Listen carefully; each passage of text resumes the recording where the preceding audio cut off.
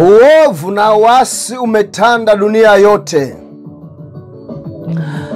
Siku tulizo nazo, uovu umetanda kila kona na sehemu ya dunia, kuanzia Amerika ya Kaskazini kwenda mpaka Ulaya, kutoka Ulaya kwenda Afrika mpaka bara la Asia, na kwenda huko Australia. Mpendwa, tunaona wazi kwamba uovu umetanda dunia yote, na ndivyo hivyo pia uasi umetanda katika dunia yote. Na sababu kuu ambayo inapelekea uovu na uasi ambao umetanda dunia yote ni ukosefu wa haki. Mpendwa, siku hizi ni vigumu sana kupata au kupewa haki. Watu wengi wako mateka, watu wengi wamefungwa, wako vifungoni. Yaani wengine wanateswa, wengine wanauliwa, wengine wanauawa, wengine mpendwa mpaka wanakimbia. Ni kwa sababu ya uovu, na uovu huu hautoki sehemu zingine. Uovu huu unatokana na watawala ambao ni waovu, kama vile maandiko matakatifu yanavyosema wazi kabisa kwamba anapotawala mwovu ni lazima tuone mambo kama haya maovu yakiongezeka kila uchao. Na mimi ninaamini hapo ulipo unaweza kuwa ni mmoja wa watu ambao unashuhudia matukio ya namna hii. Uovu unaongezeka, na watu wanateseka, watu wanapokea vitisho, watu wanaambiwa kwamba hawana uhuru wa kuongea au kusema. Na ninasema wazi kwamba mpendwa, mambo haya yanaonekana dunia yote, sio taifa moja tu, taifa fulani. Tunaona mataifa mengi katika dunia tulionayo siku hizi. Mpendwa, siku hii ninakuletea ujumbe ili kwamba ujue ni nini kinachoendelea. Ninakubariki katika jina la Bwana wetu Yesu Kristo, popote pale unapotegea sikio katika siku ya leo na unapoungana nami katika siku ya leo. Kumbuka siku zote tunakuletea habari njema za ufalme wa Mungu, tukiangazia mpendwa ujio wake, au tukitangaza ujio wa Yesu Kristo, na siku zote tukisisitiza na kusema kwamba Yesu anarudi, na pia tukikuonyesha dalili mbalimbali na mambo mbalimbali, na tukiwatia moyo ninyi ambao tuko pamoja katika safari ya kwenda mbinguni. Of course unaelewa wazi kabisa kwamba sisi sote ni wasafiri mpendwa, tunapita hapa duniani. Sijui kama wewe ulishajenga makazi ya kudumu, I don't know where you are, lakini utambue wazi kwamba mimi siku zote nakuletea habari njema za ufalme wa Mungu, na tunamtangaza na kumhubiri Bwana wetu Yesu Kristo. Na kwa kuwa tunamhubiri Yesu Kristo mpendwa, lazima tufanye kitu kimoja ambacho ni cha lazima kwa kila mhubiri na mwalimu yeyote wa neno. Lazima afundishe wanadamu wote kwamba wanadamu wote tuko na haki sawa mbele za Mungu. Tumeumbwa na Mungu Baba yetu wa mbinguni.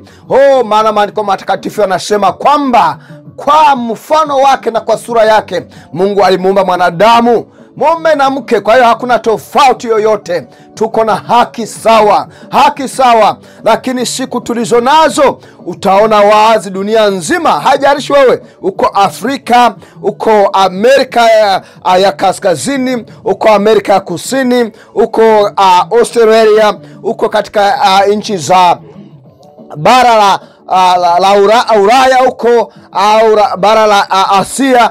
Pendwa, utaona wazi kuna kitu kimoja ambacho kimekuwa ni shida na taabu kwa kupatikana, na kitu hicho ni kidogo sana, lakini kina uzito na ukubwa sana katika maisha ya mwanadamu. Na kitu hicho au neno hilo likikosekana, maisha ya wanadamu huwa yanavurugika, maisha yanaharibika, na utaona wazi, wala huwezi kuficha mpendwa. Na ni ujumbe ambao napenda nikufikishie katika jina la Yesu Kristo katika siku ya leo. Usisahau ujumbe huu unakufikia moja kwa moja kutoka Mkombozi Ministry, na pia katika channel hii ya Canada Christ Holy Followers. Mpendwa, na anayekufikishia ujumbe huu si mwingine ni mwinjilisti Edmond Obed. Mpendwa, hatuna hofu, hatuogopi mwanadamu yeyote, hatumuonei huruma au heshima. Niseme hatumuonei heshima yeyote ambaye yuko kinyume na kutenda haki, awe ni rais wa taifa lolote, rais wa Marekani, whether you are the president of United States of America. If you are not providing justice, there is no justice. Pendwa, hatuogopi sura na mamlaka ulio nayo. Sisi tunamwogopa mmoja tu. Huyu ni yeye awezaye kuua mwili huu na pia roho. Lakini wengine wote, sisi sote kitu kimoja, tuko sawa mbele za muumba wa mbingu na nchi. Pendwa, ujumbe ambao nakufikishia siku ya leo unasema kilio cha watu, kuyatambua maumivu ya watu chini ya utawala usio na haki. Kama nilivyotangulia kusema, dunia yote, yani siku hizi sijui ni nini kimetokea, lakini tumekuja kujikuta kwamba tunapata viongozi waovu kuliko shetani. Mpendwa, yani viongozi tulio nao siku hizi ni waovu kweli kuliko shetani mwenyewe. Ni watu ambao hawasikii ushauri wowote. Yani hata ukiwakemea hawa wanaona kwanza unawakosea adabu. Wanaona kama wewe yani umejiweka juu yao. Hapana. Sisi mpendwa ambao tunahubiri neno, lazima tutangaze habari njema kwa watu wote. Hatuwezi kuvumilia pindi tunaona maovu yakitendeka ndani ya taifa au katika dunia yote. Mpendwa, ukiangalia kwa mfano Marekani, rais wa sasa wa Marekani, mpendwa, ukisema jambo lolote baya kumhusu, yani tuseme wewe kama unapingana na yeye au unapinga yale anayoyafanya, anatoa vitisho mpaka yani unashindwa pa kwenda. Maana kwambia anakupeleka mahakamani. Na mahakamani huku unajua anapokupeleka mahakamani, yani kesi ile anayanzisha ni ya gharama ya juu sana, kiasi kwamba hata wewe kama na kampuni ya namna gani lazima itafilisika kama utasema uende mahakamani na yeye. Na usisahau kwamba watu wa namna hii wakati mwingine wanaweka watu madarakani, labda katika nyadhifa au katika sekta za mahakama. Japo ukiangalia kwa mfano Marekani, mahakama mara nyingi nakuwa inajitawala kabisa, lakini usisahau wale ambao wanachaguliwa na kuwekwa pale, wanachaguliwa na huyu jamaa. Wanapitia mbele ya labda ya Senate na nini, mambo kama hayo katika process ya kuchaguliwa, lakini bado aliyewapendekeza ni huyu. Kwa hiyo naamini kunaweza kuwa na kitu wanaita bias, labda ka upendeleo fulani. You don't know what happens. Maana unashindwa kuelewa ni kwa nini viongozi tulio nao siku hizi wanakuwa ni waovu kuliko shetani.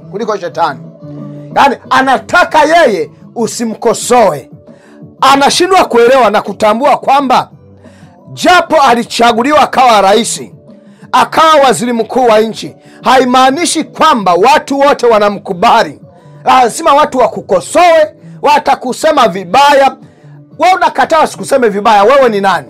Yesu mwenyewe, Mungu mwenyewe aliyetumba wanadamu, bado wanadamu wanamsema vibaya. Mungu hajasema ngoja ni waangamize moja kwa moja. Anawapa nafasi, anasema naamini siku moja you are going to come back to me. Yani kuna siku moja mtakuja kuona ukweli. Na ndio maana Mungu ukimchunguza katika hali zote utamwona ana ubora ule. Yani habadiliki. Yani yeye ni mwingi wa rehema. Haleluya. Lakini sasa viongozi tulionao, ukimsema kidogo tu, vitisho utakavyo vipokea ni vya hatari. Na ndio viongozi tulionao, na haswa katika bara letu la Afrika. Na ninataka niongee na viongozi wa bara la Afrika, nchi za bara letu la Afrika, tunaliita bara mama. We are originated from Africa. Kwa hiyo tunaongea na viongozi wetu katika bara lile la Afrika. Hivi huo uovu mlionao mnautoa wapi? Yaani mpaka unakandamiza watu ambao unawaongoza.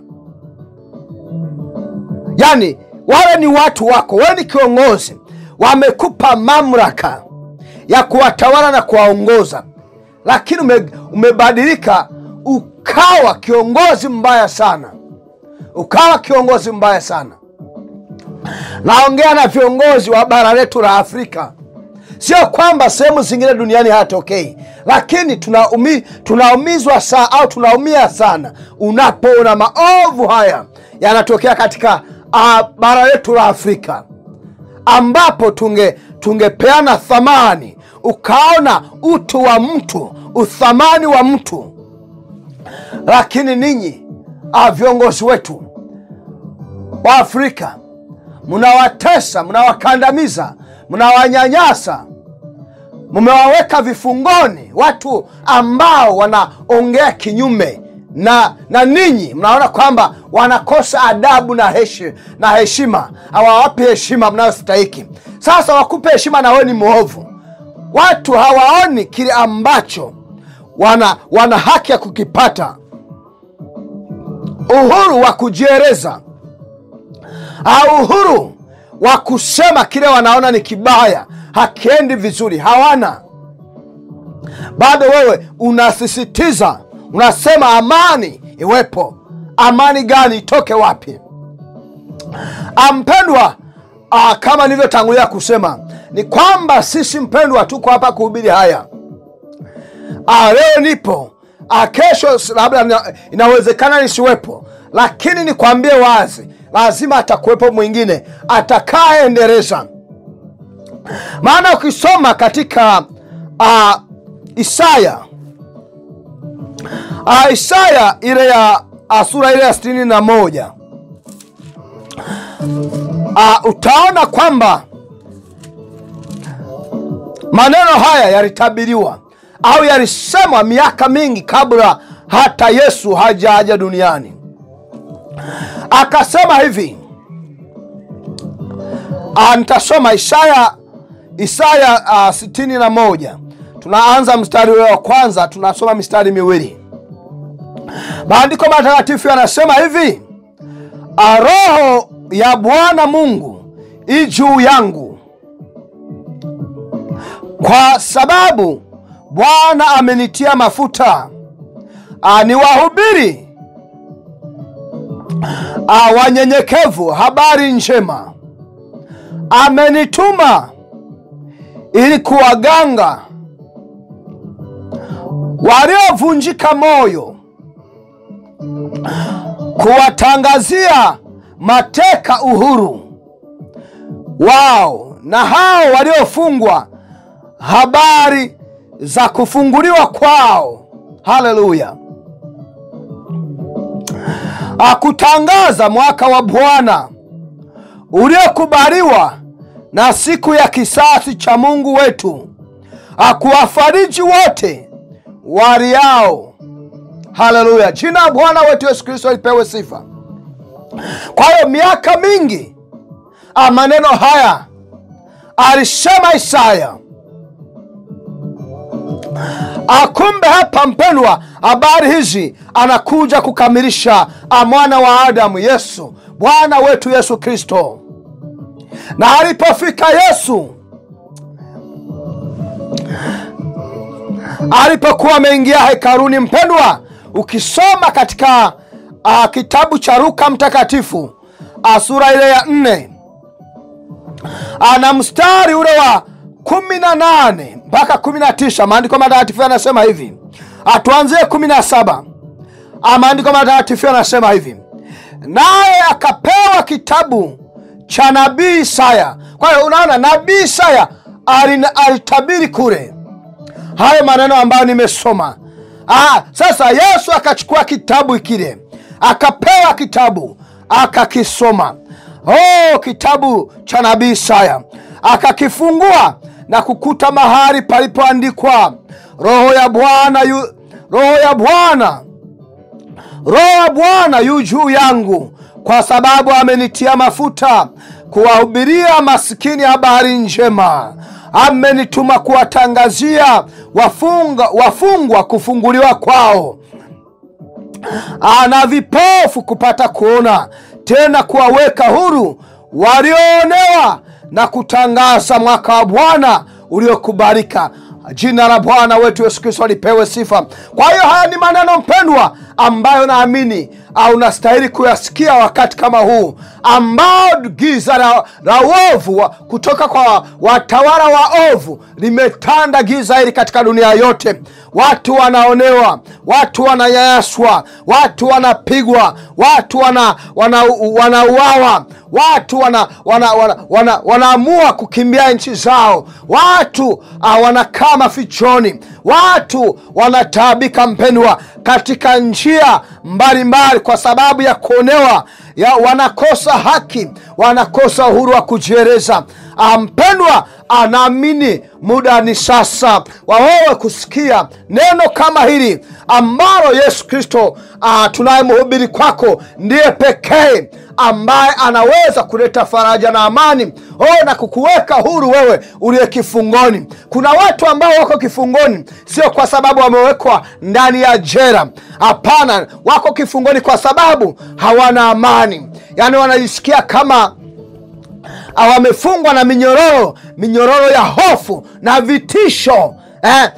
Jamaa, unaona, labda ni kiongozi wa taifa, ana polisi, vyombo vya usalama, vyote vinamsikiliza yeye. Kwa kama hivi nilivyosema, labda kiongozi wa jeshi, kwa mfano Marekani, unakuta anateuliwa na rais, lakini katika kupewa cheo kile lazima pitie baraza la Seneti, limchunguze, limpige maswali kwamba je, unampendelea rais, utafanyaje? Lakini kuna mataifa mengi duniani, yawe ni katika bara la Asia, bara la Afrika, unakuta viongozi hawa wanawachagua watu hawa tunakuwaweka, na watu hawa lazima wafuate maelekezo ya viongozi hawa. Kwa hiyo watu tunajikuta wamefungwa na minyororo. Kwa hiyo jamaa linapewa kiongozi mwongozo na maelekezo na rais au na waziri mkuu, labda huko Canada mpendwa, inakuwa vivyo hivyo. Lakini sasa kama viongozi hawa ambao wanahusika sana na vyombo vya usalama wa taifa wanamsikiliza mtu huyu mmoja mpendwa, utakuta watu wanaishi katika manyanyaso, wanaishi katika hofu, vifungo, minyororo ambayo haionekani. Na huu ndio utumwa mbaya sana kuliko ule waliopitia mababu na mababu zetu huko. Unaona, Mwafrika mwingine, kiongozi, rais wa nchi, anakaa madarakani miaka 40, yani yeye hataki kutoka. Unajiuliza, huyu kweli? Yani unaona utawala ni ule ule, maendeleo ni yale yale, there is no improvement. Yani hamuoni mabadiliko yoyote, ila tu mnachokiona ni wachache wanaonufaika, hawa matapeli, mafisadi. Na bara letu la Afrika yani limeumizwa, sio kwamba ni mzungu. Yani unakuta watu wengi tunaanza kuwalaumu eti ni wazungu. Hapana, ina maana huyu mtu mwenyewe hana akili timamu. Mpendwa, mimi natoa wito katika siku ya leo, anayeweza kuleta mpendwa uhuru kwa watu ambao wamefungwa, watu wapate kufunguliwa kutoka kwenye vifungo vyao, kuwaweka huru ninyi mnaogopa, ni huyu Yesu. Na Yesu atupi roho ya hofu, ya woga, ya kuwaogopa hawa viongozi ambao wanaua mwili tu, lakini hawawezi kuua nafsi. Of course wanakutisha hivi ninavyosema, wanakwambia wewe tunakuwa mara moja, tunakufa, unatoweka. Na yeye maneno ya Mungu yanasema wazi kwamba auaye kwa upanga hautakwepa upanga mwingine. Ukitumia mkuki mpendwa, au ukitumia kuwanyanyasa watu kwa njia mbalimbali, Yani it is very clear mpendwa, you will never ever escape. That is why hapa amesema kuwatangazia mwaka wa Bwana unaokubalika. Unaokubalika ni sasa kwenye taifa lolote duniani. Mwaka wa Bwana unaokubalika ni sasa. Mungu hawezi kukaa kimya akiona maovu haya yanayoendelea. Anaona watu wake wanavyonyanyaswa na kunyanyasika kweli kweli. Na ndio maana mimi natoa wito katika siku ya leo. Wito unaosema kwamba huu ni mwaka wa Bwana, ili kwamba na sisi tuache kuachia madaraka na nyadhifa hawa viongozi waovu. Wa Kristo, amkeni, acheni kudanganywa na shetani. Wa Kristo, mnisikieni katika siku ya leo. Acheni kudanganywa na shetani kwamba ukiwa mchungaji, ukiwa askofu, hauwezi kwenda kuwa mbunge katika taifa lako, hauwezi kuwa rais wa nchi yako. Mpendwa, yani sijui ninyi mnasoma Biblia gani? Yani tuseme umejifanya una akili, lakini bado utaelewa wazi kwamba wanasema mfalme Daudi, mfalme Sulemani, hawa watu walikuwa pia wanamtii Mungu, wanamtumikia Mungu. Daudi mfano mzuri, kila mtu anaujua. Kuna nyimbo hata zimetungwa, watu wanaimba mfalme Daudi. Sasa ninyi wa Kristo, huyu shetani aliyewaweka mateka akasema msiende kugombea viti vya uongozi, viti maalum vya uongozi ambapo mtaipinga serikali ya waovu. Yani unakuta mmekaa, Bwana tusaidie, tunaomba. Move forward. Yani ni wakati wa kusonga mbele. Muondoe Goliathi mpendwa. Daudi kumshinda Goliathi hakukaa chini akasema ngoja tupige maombi. Najua hata wanaoisraeli walikuwa wanaomba wakati ule wa vita vyao na Wafilistia, lakini akaja aliye na ujasiri wa Bwana. Na ndio maana na wewe sema wapendwa. Najua kuna watu, ninapohubiri neno hili katika siku ya leo, kuna watu wengi wako kwenye hali mbaya kwa sababu ya vitisho vya Goliathi, vitisho vya watesi wao hao waovu. Na wengine wamekaa kimya. Wahubiri wanajua neno linasema nini, wao wamekaa tu wanapiga magoti. Unapiga magoti kivipi? Wakristo popote katika dunia yote, iwe ni Marekani, iwe ni Canada, iwe ni Uingereza, Ufaransa, yani tumejishusha sana. Tumejifanya watu wahovyo sana. Watoto wenu wanasoma shule nzuri sana, wana madigrii, bado mnawaambia watu wapige vyombo kanisani. Mnawaambia watu wamtumikie Mungu, wamwache shetani atawale duniani. Alafu mnaanza kulialia eti shetani anawanyanyasa, eti watawala ni waovu. Alafu mnakuja eti tu waombee. Waombee nani? Uombee nani? Sawa, kuomba of course ni kitu cha kwanza. Sasa Mungu naye anakuangalia, anasema hivi, wewe simba unamuona huyo ana njaa, na huyu simba anataka chakula, alafu wewe usimame, Bwana niokoe, na simba naomba nataka hiki chakula. Hao wanaonyanyasa ninyi ndio mnawaweka madarakani. Kwa nini mnawaweka madarakani? Kwa nini msijiweke madarakani? Kwa nini msiwaweke wale ambao mnaona kweli watakuwa kama maandiko matakatifu yanavyosema hivi? Nikusomea hapa, usianze kuniambia mambo mengine. Maana unajua tatizo ni moja. Wakristo au ninyi ambao mnajifanya warokole, mnasema siasa na injili. Najua wengi wenu mtaanza kusema wewe tayari umeshaingia siasa. Yani hapa unajichanganya peke yako. Mimi nakwambia hili nalisemaga na nitaendelea kulisema. I say this na nina reconfirm 100% kwamba yani hii kauli ya siasa na dini haviendani. Mkaongelee kwa shetani. kwa shetani kabisa. Mungu ametufanya sisi tukatawale. Mengine asijui mnapata wapi mpendwa. Huyu ni shetani, na ndio maana anawafanya anavyotaka yeye. Kwa nini? Kwa sababu mnampa nafasi. Maana utaanza kuniambia, wewe mhubiri, mbona kama unaingilia siasa ya nchi fulani, unaliongelea taifa fulani? Hapo wewe utajiseti. Na ndio maana niko naongelea dunia yote kwa ujumla. Maana nikiangalia Marekani naona tabia zile.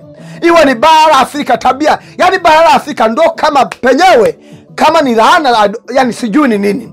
Lakini Mungu huyu tunayemuomba, najua anaona mateso watu wanaoyapitia katika mataifa yote dunia nzima. Na mwaka huu ni mwaka unaokubalika wa Bwana, ili kwamba wapendwa, tuanze kuhubiri injili ya kukemea haya maovu na kuhakikisha Goliati akae nje mbele zetu, au hapewi madaraka kwa namna yoyote. Mpendwa, maandiko matakatifu yanasema hivi katika Mithali 29. Maandiko matakatifu yanasema hivi, ule mstari wa pili ule. Maandiko matakatifu yanasema hivi, nami nasoma katika jina la Bwana wetu Yesu Kristo. Wenye haki wakiwa na amri, watu hufurahi, bali mwovu atawalapo, watu huugua. Yani hapa usianze kujichanganya. Whatever you are doing, mpendwa, lazima urudi hapa. Anayetawala, yani uchunguze. Hakuna haja ya kufanya utafiti. Angalia tu kwa macho. Je, huyu mtawala aliye madarakani yani anasababisha nini katika maisha ya watu ya kila siku? Je, watu wanafurahi? Na kufurahi huko, mpendwa, lazima kwanza uone kwamba haki inapatikana. Kiongozi yeyote duniani anayetoa vitisho, wanasema retaliation, yani ana retaliate. Yani yeye hataki asemwe, hataki akosolewe. Huyu sio kiongozi bora.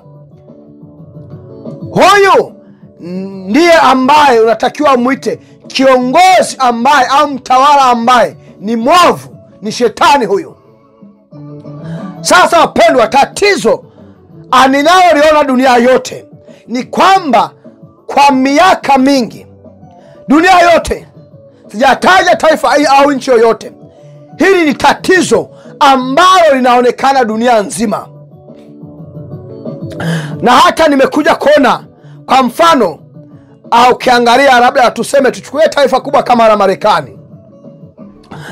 Kuna chama cha Republicans na chama cha Democrat.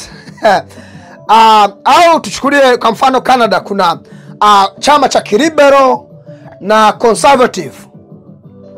Kwa hiyo utakuta chama fulani kina msimamo kama wa Kikristo, na kingine kweli ni chama cha kishetani, kimeegamia sana upande wa kishetani. Yani hawajali maumivu ya watu, hawajali mnayoyasema ninyi, yakiendana na matakwa yao au na malengo yao, kile waona kitaka, hawajali wengine. Sasa uje kwa bara letu, bara mama la Afrika. Hapa ndo pabaya sana. Chama ambacho kinatawala, yani chenyewe kinajua kina madaraka na mamlaka. Unakuta vyombo vya usalama na nini, yani na vyenyewe ni kama ni vya chama. Kwa hiyo wengine, yani mnakuwa kama nchi ile sio ya kwenu, kama ni chama cha upinzani. Au mtu unaweza kuwa usio na chama, lakini haukubaliani na hali ya utawala inavyoenda katika taifa. Yani wanataka usiseme chochote. Najua wewe unaona taifa lenu. Chunguza mpendwa. Mimi nasema hivi, kama hivi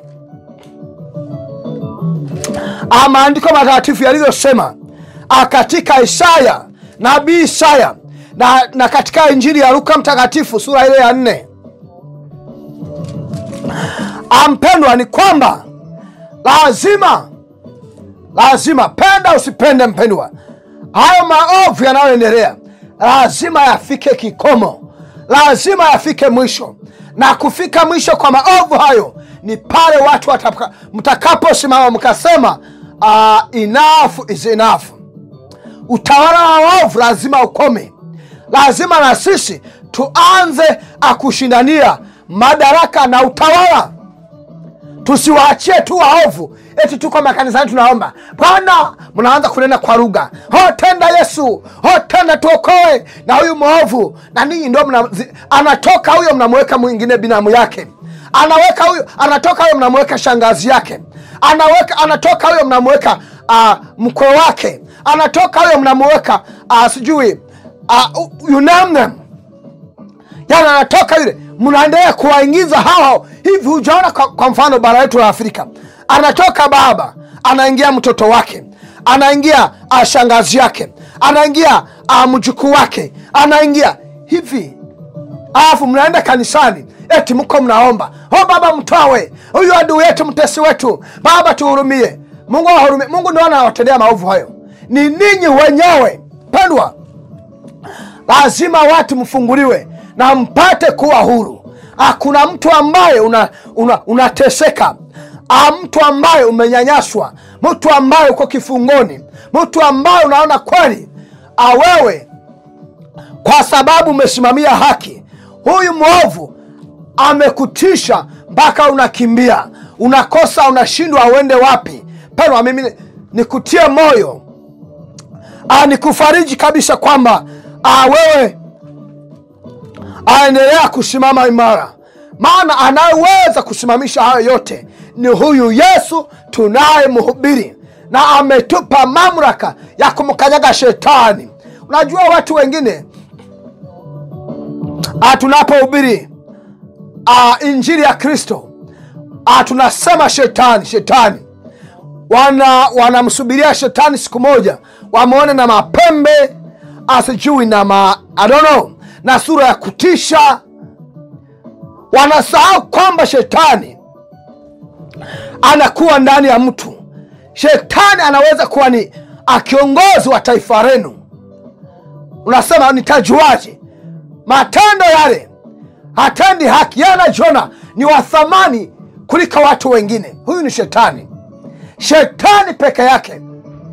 Shetani ndiye anataka, akitoa amri ukibisha anakuua. Wao uliza watu ambao wameshawahi kuwa katika mifumo ya kishetani. Shetani amri ni moja, tii au kufa. Kwa hiyo angalia kwenye taifa lenu. Hapa watu wataanza kuniambia, wewe umeanza kuambia marais ni mashetani. Asijamtaja rais yoyote wa nchi yoyote au kiongozi wa taifa lolote. Lakini sisi tunasema, wewe je, haki unawachukulia watu kama au unawathamini watu kama unavyojithamini wewe? Utu wa binadamu wa mtu, wewe mtu anakufa unaona ni sawa tu, it's nothing. Lazima utakuwa na shetani ndani yako, kama vile Yesu alivyo amwambia Petro. Alikuwa amewambia wanafunzi wake yale atakayompata, kwamba anaenda kusurubiwa, atakufa na siku ya 3 atafufuka. Petro akampeleka pembeni, anajiona yeye ni mtu mkubwa wa umri, akamwambia, wewe unasema nini? Haya kama hayawezi kutokea. Yesu anamwangalia, anamwambia, toka nyuma yangu shetani wewe. Kwa hiyo na wewe ukitaka kujua kama hapo ulipo kuna shetani, angalia haya maneno wanayosema. Wao ni viongozi, wao ni ndugu zako, awe ni nani mpendwa, hapo ndipo utajua mpendwa. Maumivu ni mengi katika dunia hii. Watu ambao hawana wa kuwatetea, wamekosa hata wa kuwatetea, wa kuwasemea. Vyombo karibia vyote vinavyohusika na kutenda haki na kuwatendea haki watu wanaonyanyaswa, wanaoonewa, wanaoteswa, wanaotishiwa, wanaopewa vitisho. Yani vyombo vya kuwalinda na kuwatetea na kuhakikisha uhai wao, maisha yao, haki zao havijishughulishi na mambo kama hayo. Wao wamejishughulisha na mtu huyu mmoja tu, amara anaruhusu maovu haya yatendeke, na yeye amekaa kimya tu. Anaona kwamba hawa wanaopewa vitisho, wanaopitia manyanyaso haya, kwamba yani wao sio kitu. Hivi viongozi hawa mataifa yote duniani mnataka nini? Hivi Wakristo mnatusikia? Wahubiri tunasema kwamba mwenye haki akitawala, mwenye haki akiwa na amri, maandiko matakatifu yanasema wazi, watu hufurahi. Lakini sasa maandiko matakatifu yameweka wazi, akasema kwamba lakini mwovu akitawala, mpendwa, watu wataugua, mutateseka. Wakati ni sasa, mpendwa. Atusikubali hawa waovu kuendelea kuchukua madaraka. Haya mambo ya kusema siasa, wewe unahubiri siasa, wewe ni mwanasiasa. Yani mimi nasema siku zote siasa na dini kitu kimoja. Lugha nyingine peleka kwa shetani. Tunamwacha shetani anatawala tu. Eti siasa na dini haviendani. Wewe umeingilia serikali, unaikosoa serikali. Lakini wahubiri tunaposema kwamba serikali ya nchi fulani, yani serikali bora sana, au Mungu azidi kuibariki, Mungu amuongoze kiongozi huyu, aendelee kumpa hekima kama labda za Mfalme Sulemani, amuinue, watu wanaona watumishi mko sawa, watumishi mko sawa. Lakini watu hawa wakitenda maovu, sisi tukisema wanaona kwamba tumeingilia jinsi wanavyotumika. Wanaona kwamba tumeingilia siasa, sisi sio wahubiri tena. Shame on you. Shame on you. Shame on you. Kama wewe unajidanganya kwamba wewe ndio mwana falsafa, una akili sana kutupita watu wote, hapana, hiyo sio kweli. Na sisi Mungu ametupa hekima. Wapendwa, ndugu zangu, uwe ni Mkristo, uwe sio Mkristo, usikubali manyanyaso na vitisho vya watawala waovu. Hapana mpendwa. Hata Yesu mwenyewe, hata mitume waliotutangulia, hata manabii waliotutangulia, walikuwa hawakubaliani na watawala waovu. Sasa inakuwaje leo? Wao mtumishi umekaa kimya, kama mdomo umefunga tu. Au unaogopa sikukate kichwa kama Yohana? Lazima tuseme kweli ambayo inatuweka kuwa huru sote. Yani mtu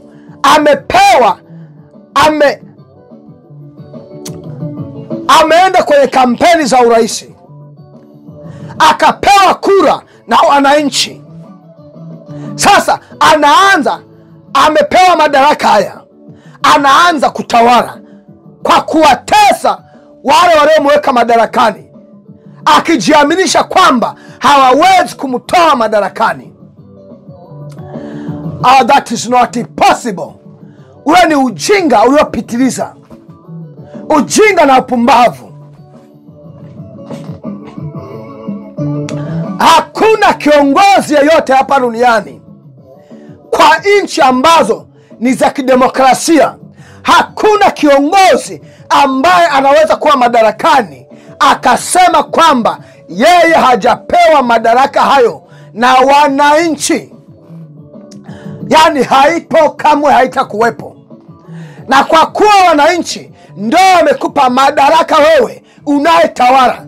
Wananchi hawa sisi ndio wenye mamlaka na nguvu za kukutoa madarakani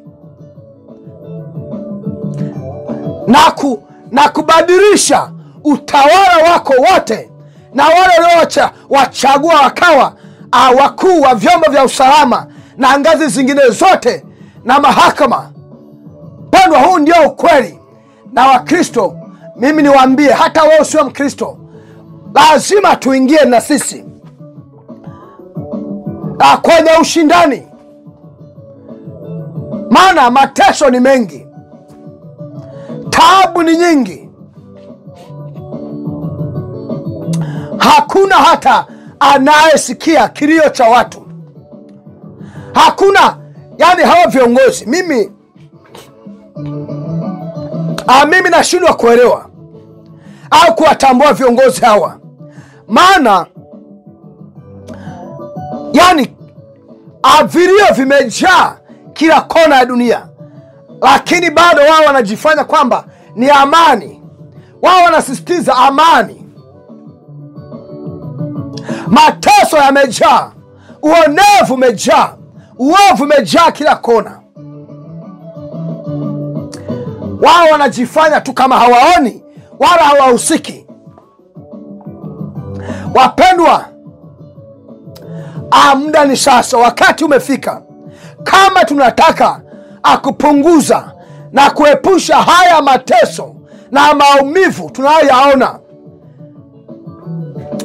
nitakupa mfano mzuri tu. Kama kwa mfano nchi hizi za magharibi hapa, yani mtu kama ni mhubiri, walishaweka katabia au ka kitu kwamba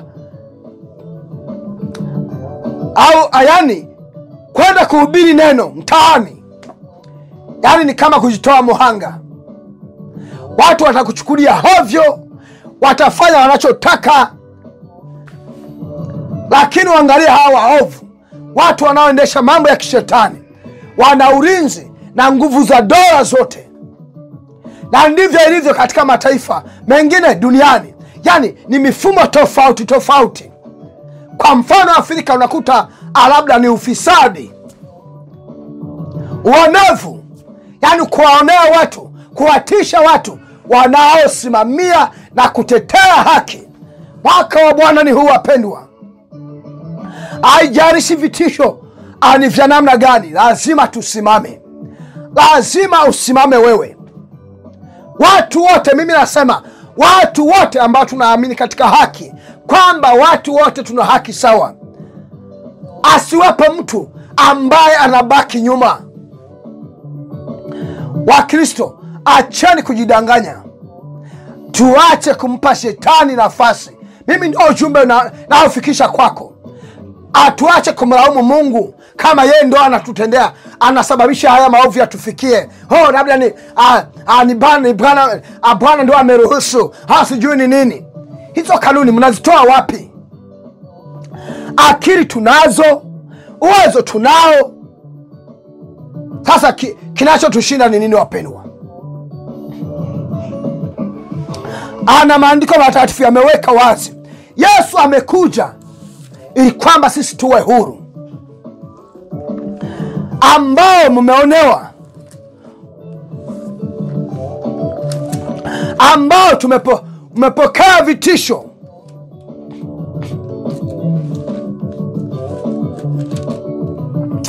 kutoka kwa hao waovu, maandiko matakatifu yamesema wazi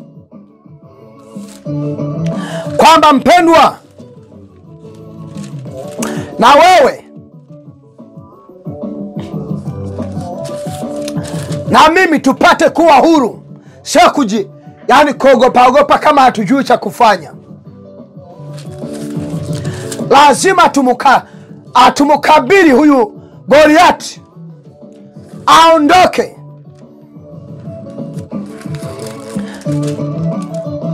Kwa hiyo Bwana anasema, mpendwa, huu mwaka unakubalika kuanzia sasa na miaka inayofuata.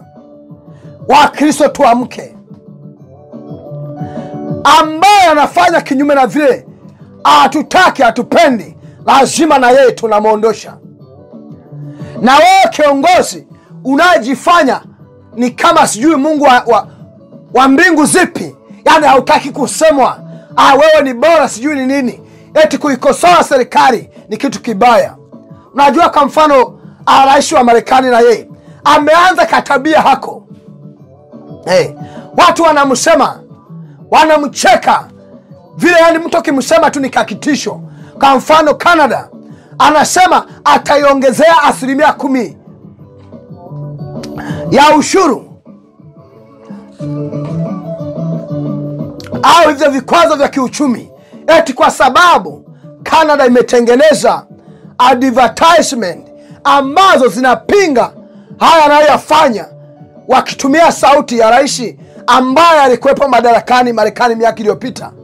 Kwa hiyo yani ni kama ni mtoto fulani, yani ujinga wa ajabu sana ndio tunaoona katika dunia hii. Na kuna marais wengine sasa kwenye mataifa mengine, yani chama pinzani au watu wengine tu. Maana wewe rais wa nchi yoyote haujachaguliwa na watu wengi wote katika taifa hilo, na sio kwamba eti kwa kuwa umekuwa rais asiwepo wa kukusema, wa kukukosoa wewe kipindi unapofanya makosa. Wengine watu wenye akili timamu wanatumia nafasi ile kufanya vizuri kwenye utawala wao. Yani unapokosolewa au unaona unajifunza, lakini wewe kama ni mpumbavu, kiongozi mjinga, kama neno la Mungu lilivyosema kwamba hawa watu wanakomaza mashingo yao.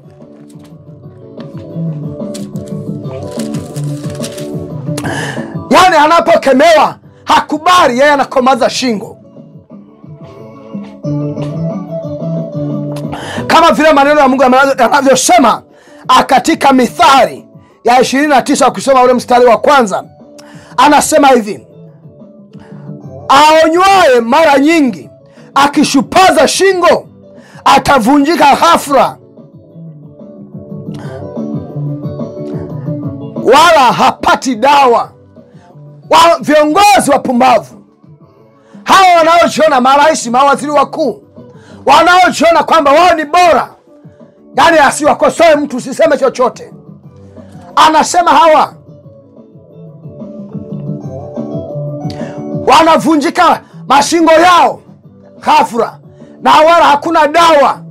Na wewe kiongozi unajifanya bahiri, yani mtu ambaye yani yeye hawezi kusikia watu wanaomuonya, watu wanaomuonyesha mabaya anayotenda juu ya taifa lake. Unajifanya wewe hataki kusikiliza. Kitakacho kupata ni kitu kama hiki. Wapendwa, mimi niamini kwamba ujumbe huu nao umekuwa ni ujumbe wa neno la Mungu. Maana siku hizi tuache huu puuzi wa kusema ni siasa, sio injili. Hii ni injili kamili ya Yesu Kristo, kwamba tuchukue mamlaka. Maana wanasema yani lazima ufalme huu, katika ufalme wa Mungu lazima ufalme unachukuliwa kwa nguvu, mpendwa. Na kwa Kiingereza wanasema na violence, yani kunakuwa na violence,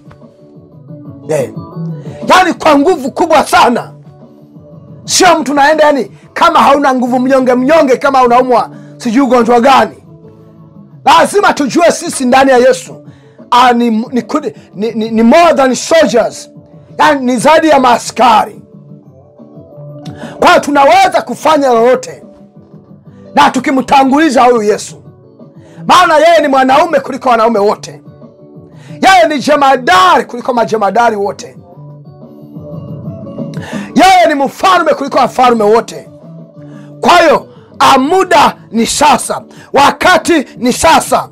Walioonewa hali ya kuonewa ishe, na haiwezi kuisha mpendwa msipofanya au msipochukua hatua ya kujua kwamba huyu ni shetani, tumempa mamlaka ya kututawala. Kwa hiyo lazima tuchukue mamlaka haya na sisi tutawale, ili kwamba andiko hili litimie na kusema mwenye haki atawalapo watu ufurahi. Mwenye haki akiwa na amri watu wanafurahi na sio mwovu tena. Pendwa, wabarikiwe sana kupokea maneno haya katika siku ya leo. Niamini kwamba utaweza kusambaza ujumbe huu ili kwamba wafikie wengi, maana dunia imeshaoza. Maovu, manyanyaso ni mengi, lakini sasa tusikate tamaa, maana sisi tuko na uwezo. Tuna uwezo mpendwa wa kuweza kubadilisha kila jambo hapa chini ya jua, tukimuweka Yesu mbele na tukifuata vile maandiko matakatifu yanavyosema, na sio kufuata maagizo ya shetani, bali tumfuate Yesu Kristo. Pendwa, wabarikiwe sana kupokea maneno haya, nami nakutamkia baraka, ushindi mwaka huu ambao unakubalika wa Bwana, katika jina la Baba na la Mwana na Roho Mtakatifu. Amina.